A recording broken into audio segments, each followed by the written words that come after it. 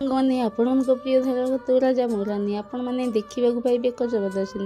ହଁ ସାମନେ ରାଜର ମା ଦେହ ବହୁତ ଖରାପ ଥିଲା ତ ରାନୀ ଦେଇଥିବା ଖାଇବାରେ ରାନୀ ଭାବୁଛି ଯେ ମୁଁ ଦେଇଥିବା ଖାଇବା ବୋଧେ ମା ଆଣ୍ଟିର କ୍ଷତି କରୁଛି। ତ ରାନୀ ସାଇଡ୍ ହେଇ କାନ୍ଦୁଥିବ, ସେତେବେଳେ ରାଜ ରୁମାଲ ଧରି ଆସି ରାନୀକୁ ଦେବ। ତ ରାନୀ କହିବ ରାଜ ମୁଁ ସତ କହୁଛି ରାଜ ମୁଁ କିଛି ବି ଭୁଲ କରିନି, ଆଣ୍ଟିର କ୍ଷତି କରିବାକୁ ମୁଁ ଜମା ବି ଚେଷ୍ଟା କରିନି। ତାପରେ ରାଜ କହିବ ହଁ ରାନୀ ମୁଁ ବୁଝିପାରୁଛି ତମେ କିଛି ବି କ୍ଷତି କରିବନି, ମାଙ୍କର କ୍ଷତି ତମେ କେବେ ବି ଚେଷ୍ଟା କରିବନି। ତ ଶୁଣ ରୁମାଲ ନିଅ, ରାଜ ରାନୀର ମୁହଁ ପୋଛିଦେବ, ରୁମାଲର ମୁହଁ ପୋଛିଦେବ।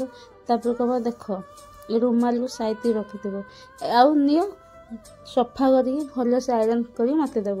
କାହିଁକିନା ଆଗଥର ଯେଉଁ ରୁମାଲ କାନ୍ଦିକି ଲୁହ ଗଳିଥିଲ ସେ ରୁମାଲ ଏବେ ବି ମୋ ପାଖରେ ଅଛି, ତାକୁ ମୁଁ ସାଇତି ରଖିଛି। ତାପରେ ରାନୀ କହିବ ସତ ରାଜ ତମେ ସେ ରୁମାଲକୁ ଧୋଇନ, କାହାକୁ ଦେଇନ ଧୋଇବା ପାଇଁ, ଏମିତି ବି ଏବେ ବି ତାକୁ ରଖିଛ।